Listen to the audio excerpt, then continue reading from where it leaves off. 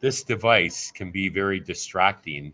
And I've heard, and speaking with teachers of late, that we have co-op students, and one of the teachers came in last week and said, I just finished arguing with my students about their use of the mobile phone in the classroom and how they were being distracted and not doing their work.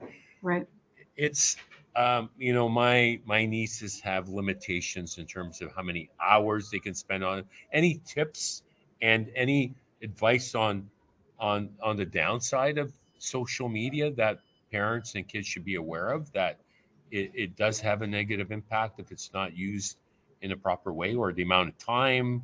Like it's very complex right now in terms of policy around that in schools. Yeah.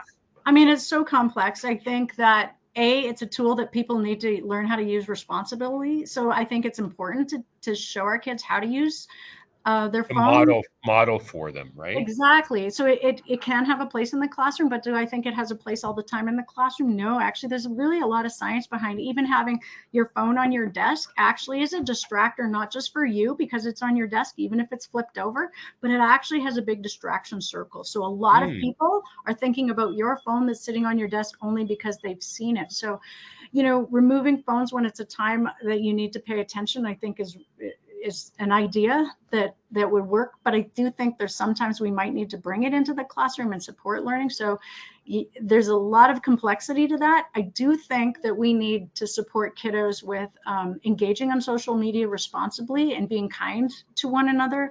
I think sometimes students say things on social media that they wouldn't say to a person to their face, and I think we need to help them navigate and understand the bullying and all kinds of things that happen when using social media. And I love that, Open Parachute and Mind Up are programs that are aligned to pro-social engagement, helping support kids make connections together, building on empathy and relationships.